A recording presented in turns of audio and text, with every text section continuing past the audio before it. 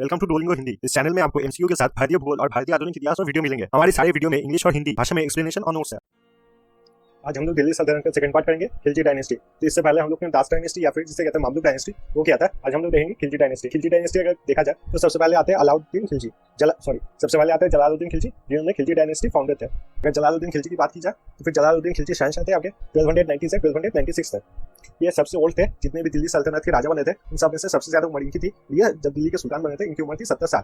ये पहले दिल्ली के सुल्तान थे जिनका हिंदू की तरफ एक बिनोवेलेंट एटीट्यूड था, मतलब एक रिलीजियस टॉलरेंस वो फॉलो करते हैं।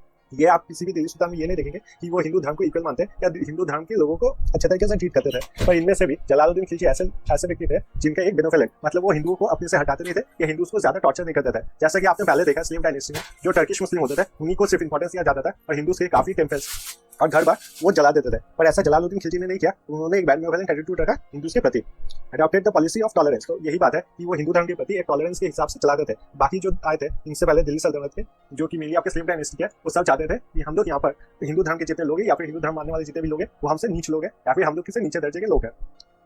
बाकी अगर जलालुद्दीन खिलजी की बात की जाए, जलालुद्दीन खिलजी को उनके नेफ्यू अलाउद्दीन खिलजी ने मार दिया था, जिन्होंने बाद में शादी किया था जलालुद्दीन की बेटी के साथ। तो जलालुद्दीन की बेटी के साथ शादी करने के बाद उनका भरोसा जीत लिया था और बाद में जाके जलालुद्दीन खिलजी को मार दिया था। अब देखेंगे अलाउद्दीन खिलजी के बारे में। जलालुद्दीन खिलजी ने जो पॉलिसी चलाया था जिसमें वो हिंदूज की तरफ एक टॉलरेंस का पॉलिसी फॉलो करते थे, वो चीज हटा दिया था अलाउद्दीन खिलजी ने। और उन्होंने फिर से हिंदूज के ऊपर जो टॉर्चर होते थे, टेम्पल्स को तोड़ा जाता था, घर में आग लगा दिया जाता था, ये सब करना स्टार्ट कर दिया था अलाउद्दीन खिलजी ने। अलाउद्दीन खिलजी का अगर असली नाम देखा जाए तो वो था अलीगढ़ शाह, और वो सुल्तान बने थे 1296 से 1316 तक। उनसे पहले देखा जाए स्लेव डायनेस्टी में जो बागल थे उन्होंने स्टार्ट किया था policy of blood and iron. Policy of blood and iron में यही होता है कि जो भी सजा होता है वो बहुत क्रूर तरीके से होता है, या फिर लड़ाई में कोई मतलब संधि समझौता नहीं होता और सभी को बहुत क्रूर तरीके से ट्रीट किया जाता है, बहुत ही रफ तरीके से या फिर बहुत ही टॉर्चर तरीके से ट्रीट किया जाता है। इसका मेन रीजन यही होता है कि ताकि सभी जो उनके राज्य में रहते हैं सभी शहंशाह से डर जाए या फिर डर के उनके खिलाफ कोई कदम न ले। इसलिए ये पॉलिसी चलाया जाता था जिसे बोला जाता था ब्लड एंड आयरन की policy. He passed laws to reduce the power of nobles। अब जो शहंशाह है उसको एक ही जन हटा सकते हैं, वो है नोबल्स। इससे पहले उनके जो मामा थे जलालुद्दीन खिलजी, जलालुद्दीन खिलजी को मार के फिर शहंशाह बने थे अलाउद्दीन खिलजी। ये किसी सही तरीके से शहंशाह नहीं बने थे, इसलिए वो ये नहीं चाहते थे कि जो नोबल जलालुद्दीन खिलजी के वफादार है वो अलाउद्दीन खिलजी के खिलाफ कोई भी स्टेप ले। इसलिए नोबल्स का पावर कम करने के लिए उन्होंने 4 सिस्टम रचे। पहले अगर देखा जाए उन्होंने स्पाई सिस्टम रखा। स्पाई सिस्टम होता है गुप्तचर, पर ये जो सिस्टम था ये पूरे मतलब खिलजी डायनेस्टी के लिए नहीं रखा गया था, सिर्फ ये नोबल्स के लिए खास तरीके से रखा गया था। No use of liquor and intoxicants. अगर देखा जाए जब कोई मिलता था नोबल्स के टाइम पे, मतलब पहले के टाइम में नोबल जब मिलते थे तब ये लोग इंटॉक्सिकेंट लेते थे, और ताकि एक जगह पे ज्यादा मीटिंग ना हो पाए और ज्यादा ये लोग बातचीत ना कर पाए, इसलिए ये सब लिकर और इंटॉक्सिकेंट इन सबको रोका गया था। No intermarriage between the nobles without prior permission. तो इंटरमैरेज आपने देखा ही होगा, हिस्ट्री में बहुत बार ऐसा इंटरमैरेज हुआ है एक दूसरे फैमिली के बीच में, ताकि दोनों फैमिलीज के बीच एक अच्छे से टाई अप हो। तो ये नहीं चाहते थे अलाउद्दीन खिलजी कि कोई भी दो फैमिली के बीच में टाई अप हो जो कि उनके खिलाफ लड़ाई करे।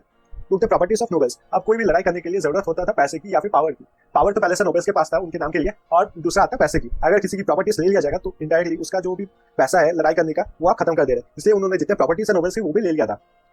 Started the system of permanent army. तो पहले अगर देखा जाए आर्मी परमानेंट तरीके से नहीं रखा जाता था, और परमानेंट आर्मी जिसे भी रखा जाता था बहुत ही छोटे पोर्शन, मतलब बहुत ही कम लोगों को रखा जाता था as a part of the permanent army. ज्यादातर लोगों को रखा जाता था जो मतलब लड़ाई के टाइम पे सिर्फ लड़ाई करते थे और बाकी अपना दूसरा जॉब करते थे, दूसरा काम। अलाउद्दीन खिलजी के टाइम पे ये हुआ कि आर्मी को ट्रेनिंग मिलना स्टार्ट हुआ और वो पूरे जिंदगी भर एज अ आर्मी में रहते थे, आर्मी के लिए ट्रेन करते थे।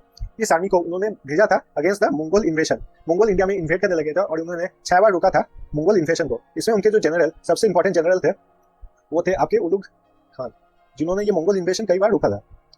अब देखेंगे जलालुद्दीन खिलजी ने कहां पर कॉन्क्वेस्ट किया था। पहली बात अगर की जाए, पहला कॉन्क्वेस्ट उन्होंने चलाया था गुजरात में। ये पहला कैंपेन चलाया था उन्होंने 1299 में। ये अलाउद्दीन खिलजी ने इसलिए चलाया था क्योंकि गुजरात का जो बंदरगाह है वो उनको चाहिए था, क्योंकि गुजरात के बंदरगाह से आप समझ सकते हैं ईरान, पर्शिया जो सब कंट्री है उससे ट्रेड किया जा सकता है, और इसलिए उनको सीपोर्ट चाहिए था बंदरगाह गुजरात का, इसलिए उन्होंने गुजरात पे अटैक किया। ये अटैक जीतने के लिए उन्होंने अपने सबसे एबल कमांडर उलुग खान और नुसरत को भेजा था कि गुजरात पे वो अटैक करे। जब उन्होंने गुजरात पे अटैक किया तब वो गुजरात पे जीत गए थे और उन्होंने तोड़ दिया था सोमनाथ टेम्पल। अगर सोमनाथ टेम्पल की बात की जाए तो आप हिस्ट्री में देखेंगे सोमनाथ टेम्पल को कई बार तोड़ा गया था, टोटल 17 टाइम्स तोड़ा गया था। और सोमनाथ टेम्पल तोड़ने के पीछे 2 रीजन है। पहला रीजन तो बहुत ऑब्वियस है, क्योंकि ये हिंदू टेम्पल है और हिंदू देश को दिखाने के लिए दिखाता था, इसलिए जितने मुस्लिम इन्वेडर थे वो ये सोमनाथ टेम्पल को तोड़ देते थे। और दूसरा अगर कारण देखा जाए, सोमनाथ टेम्पल बहुत ही रिच था। ये बोला जाता था कि सोमनाथ टेम्पल एक बार लूट करने पे इतना पैसा मिलता था कि पूरा एक आर्मी खड़ा कर दिया जाए। आप समझ सकते हैं सोमनाथ टेम्पल में कितना ज्यादा पैसा रहता था, इसलिए सोमनाथ टेम्पल पे हर बार अटैक होता था। गुजरात के इस एक्सपेंशन में गुजरात के राजा जब हार मान गए थे अलाउद्दीन खिलजी से, तब उन्होंने उनको दिया था मालिक कफूर। मालिक कफूर उनके एक स्लेव थे जो उन्होंने दे दिया था अलाउद्दीन खिलजी को। अगर आपको इससे पहले स्लेव डायनेस्टी याद है तो आपको याद होगा कि पर्शियन कल्चर में स्लेव 2 तरीके होते हैं। एक होता है स्लेव जो घर का काम करता है या फिर खेत का काम करता है, और दूसरे होते थे मामलुक जो कि लड़ाई में या फिर लड़ाई में सपोर्ट करते थे, दूसरे लड़ाई में सपोर्ट करते थे, कभी कभी जनरल तक भी होते थे। तो मालिक कफूर भी मामलूक था और वो लड़ाई में काफी एबल लीडर था। तो जब उनको मालिक कफूर देना पड़ा था, मालिक कफूर के बदले उन्होंने 1000 दिनार गुजरात के राजा को दिया था, इसलिए मालिक कफूर का नाम पड़ गया था 1000 दिनारी, क्योंकि उसको 1000 दिनार में खरीदा गया था गुजरात में। फिर आएंगे कॉन्क्वेस्ट ऑफ राजपूताना। राजपूताना की बात करें तो उन्होंने कॉन्क्वेस्ट किया रणथंबोर, चित्तौड़, मालवा, उज्जैन और मांडू में। तो यहाँ पर हम लोग मेनली बात करेंगे चित्तौड़ के बारे में। अगर कोई भी मुगल या फिर मुगल इन्वेशन या फिर कोई भी मुस्लिम लीडर, नॉन इंडियन लीडर अगर देखा जाए तो वो ज्यादातर आपके आते थे पंजाब के एरिया से अंदर आते थे। पंजाब के एरिया से आने के बाद उन्हें सबसे पहले जिसके साथ फाइट लड़ना होता था या फिर बैटल लड़ाई करना होता था वो होते थे आपके राजपूत। तो यहाँ पर काफी राजपूतों से उन्होंने लड़ाई किया और यहाँ पर चित्तौड़ के बारे में देख लेंगे। और पे उन्होंने अटैक किया था रानी पद्मिनी के लिए, जो कि आपके पति थे राजा रतन सिंह के। उन्होंने चित्तौड़ पे इसलिए अटैक कर दिया था क्योंकि वो चाहते थे रानी पद्मिनी से शादी करना, और ये बात राजा रतन सिंह को बिल्कुल भी पसंद नहीं आया था। और राजा रतन सिंह के साथ इसलिए रणथंबोर में आपका लड़ाई हो गया था अलाउद्दीन खिलजी का। ये सब सिर्फ बाहर दिखाने के लिए अलाउद्दीन खिलजी ने ये सब किया था कि उनके पास कोई कारण नहीं था राजा रतन सिंह के साथ लड़ाई करने के लिए, इसलिए उन्होंने ये सब दिखाया था। और ये कारण भी सही है कि उनको ये भी चाहिए था कि वो रानी पद्मिनी से जीतने के बाद शादी कर ले। तो लड़ाई हुआ दोनों के बीच, राजपूतों और ये बाहर के इन्वेडर्स के बीच, अलाउद्दीन खिलजी के बीच। दोनों के लड़ाई के बाद अलाउद्दीन खिलजी की जो आर्मी है वो लड़ाई में जीत गई थी, राजपूत आर्मी उस लड़ाई में हार गया था। इसके बाद रानी पद्मिनी ने वहां पर जौहर परफॉर्म कर लिया। जौहर आपको सबको पता ही होगा कि एक बड़ा अग्निकुंड बनाया जाता है और उसमें जितने वाइफ है, राजपूत वाइफ थे, वो सब कूद जाते थे ताकि वो अपनी इज्जत जो है वो सब ये इन्वेडर्स है, ये सब अलाउद्दीन खिलजी जैसे जानवरों से बचा सके। ये जो पूरी घटना है इसको लिखा था आपके जयसिंह ने। जयसिंह ने किताब लिखा था जिसका नाम था आपका पद्मावत, और इसमें आपकी रानी पद्मिनी की जो साहस भरी कहानी है और उन्होंने जो कुर्बानी दी वो लिखा हुआ था आपके पद्मावत में। बाद में चित्तौड़ जीतने के बाद चित्तौड़ का उन्होंने नाम रख दिया था खिजराबाद। चित्तौड़ का नाम उन्होंने रख दिया था Khizrabad after his son Khizr Khan. Alauddin Khilji एक बार जब चित्तौड़ जीत गए थे उन्होंने चित्तौड़ का नाम बदल के रख दिया था खिजराबाद, जो कि उनके बेटे का नाम खिजर खान से लिया गया था। Conquest of south India. तो ये जो साउथ इंडिया है यहाँ पर कॉन्क्वेस्ट आप बहुत ही कम पढ़ेंगे कि बहुत सारे मुगल जो बाहर के इन्वेडर्स थे, बहुत ही कम ऐसे रूलर थे जो साउथ इंडिया में अटैक करते थे या साउथ इंडिया को जीत पाते थे। इसका दो मेन रीजन था। एक जो उनका कैपिटल था दिल्ली, दिल्ली का वेदर कंडीशंस और पूरे साउथ इंडिया का वेदर कंडीशन बिल्कुल ही डिफरेंट था। पहले के जमाने में और भी डिफरेंस था, जैसे आपकी दिल्ली की एरिया बहुत ठंड एरिया थी और जो साउथ इंडिया था वो बहुत ही गर्म एरिया था। दूसरा था आपका वो टेरेन मतलब जो लैंडफॉर्म होते हैं वो सब, जैसे कि पहाड़ रहते हैं, कहीं पे जंगल से भरा हुआ है, ये सब की वजह से साउथ इंडिया को कब्जा करना काफी मुश्किल था। इसलिए मालिक कफूर को भेजा था आपके अलाउद्दीन खिलजी ने। मालिक कफूर को भेजा था आपके अलाउद्दीन खिलजी ने। उन्होंने साउथ इंडिया में जितना भी लड़ाई लड़ा था सब बैटल जीत लिया था आपके मालिक कफूर ने। तो साउथ इंडिया में जो भी बैटल जीता था या फिर साउथ इंडिया में कंट्रोल करता था वही आगे जाके रूलर बनता था, क्योंकि वो काफी सख्त हो जाता था और लड़ाई के जितने आर्ट फॉर्म्स है या फिर लड़ाई को कैसे संभालना है, इसको आगे बढ़ाना है, लड़ाई में कौन सी तकनीक यूज करना है, ये सब वो जान जाता है। बाद में हम लोग जब मुगल के चैप्टर में पढ़ेंगे तब हम लोग देखेंगे कि ये जो औरंगजेब था वो भी आपका साउथ का ही गवर्नर था और इसलिए उसने बाद में आके इंडिया पे पूरा मुगल का शासन लगाया था।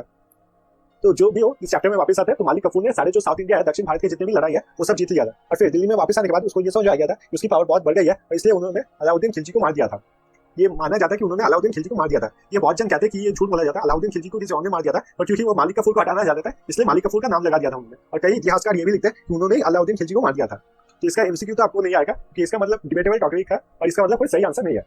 अगर अलाउद्दीन खिलजी की आर्ट एंड आर्किटेक्चर देखा जाए तो अलाउद्दीन खिलजी ने टाइटल दिया था सिकंदर आजम। जो अलेक्जेंडर द ग्रेट है उनको इंडिया में कहा जाता था सिकंदर आजम, तो वही टाइटल लिया था आपके अलाउद्दीन खिलजी ने। गेव द टाइटल टूटे हिंद तो आमिर खुसरो। टूटे हिंद का मतलब होता है आपका parrot of India.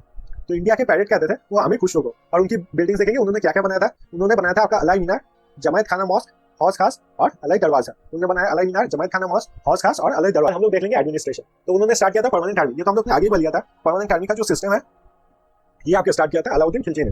He paid the army in cash. तो पहले जो आर्मी होती थी जो लड़ाई करती थी उनको जमीन दे दिया जाता था या फिर कुछ प्रॉमिस कर दिया जाता था कि ये दिया जाएगा या फिर वो दिया जाएगा। इसलिए आर्मी को पता था ये सब झूठ है। जैसे कि पॉलिटिशियन अभी के दिन में प्रॉमिस करते थे, अभी के दिन में प्रॉमिस करते लोगों पर कोई भी सच नहीं होता, वैसे राजा पहले के दिन में ऐसे प्रॉमिस करता था सैनिकों को जो कुछ सच नहीं होता था। पर जलालुद्दीन खिलजी ने, ताकि उनकी आर्मी उनके लिए लॉयल हो, इसलिए उन्होंने कैश में पेमेंट करना स्टार्ट कर दिया कि जैसे तुम लड़ाई खत्म करोगे या फिर जैसे महीने में खत्म होगा, 1 तारीख आएगा, तब तुम लोग को कैश में पेमेंट मिल जाएगा। इसके लिए आर्मी को पता था कि उनको सही समय पे उनका एक बार रखा जाएगा। स्टार्टेड द चेहरा एंड दाग सिस्टम। जो आर्मी था उनसे परमानेंट आर्मी उन्होंने स्टार्ट किया था। आर्मी में कौन कौन है इसके लिए उन्होंने चेहरा सिस्टम स्टार्ट किया था, जो हर एक जन आर्मी में इंक्लूडेड था। उनके चेहरे के हिसाब से उनका पूरा डाटा लिखा जाता था। नेक्स्ट आता है आपका दाग सिस्टम। दाग सिस्टम आपके घोड़ों के लिए था। जो घोड़ों पे आपका दाग लगाया जाता था उसे कहा जाता था dagh system. In never allowed the market price to fluctuate. मतलब अगर कुछ भी हो, फमाइन हो या फिर युद्ध हो, कोई भी कारण हो, वो मार्केट की जो वैल्यू है उसे कभी भी फ्लक्चुएट नहीं होने देते। तो मार्केट के वैल्यू को हमेशा फिक्स रखते थे। ऐसे कि वो अपने पास जो स्पाई रखते थे उनको भी मार्केट में भेजते थे कि मार्केट में सब दाम सही है कि नहीं। अगर कोई दाम में गलत ले या फिर ज्यादा ले तो उतना चमड़ा वो उसके शरीर से काट देते थे। उन्होंने मार्केट को 4 हिस्से में डिवाइड किया था। पहला था अनाज का मार्केट, ग्रेन मार्केट, कपड़ों का मार्केट, हॉर्स, स्लेव और कैटल मार्केट, और चौथा था आपका मिसलिनियस मार्केट। इसमें जो मार्केट्स है उनमें जो आर्मी के पर्सनल थे उनके लिए स्पेशल डिस्काउंट या फिर कम दाम में भी सामान मिलते थे। फिर देखेंगे हम लोग लैंड टैक्स क्या क्या उसने स्टार्ट किया था अलाउद्दीन खिलजी ने। तो वो पहले सुल्तान थे जिन्होंने स्टार्ट किया था मेजरमेंट ऑफ लैंड। तो इससे पहले कोई भी मेजरमेंट नहीं होता था और जिसके पास जितना बड़ा लैंड है या फिर जितना ज्यादा लैंड है एक अप्रॉक्स उसके तरीके से टैक्स लिया जाता था। पर ये चीज बंद किया था अलाउद्दीन खिलजी ने। तो उसने स्टार्ट किया था बिस्वा। बिस्वा था उस टाइम का लैंड मेजरमेंट यूनिट, जो है उसको कैश में पे करना पड़ता था। इससे पहले हम लोग ने बार्टर सिस्टम देखा था जिसमें एक चीज के लिए दूसरा चीज से एक्सचेंज होता था। जैसे मान लीजिए मैंने किसी से चावल लिए 1 किलो, तो वो वापस में मुझे 1 किलो गेहूं दे देगा।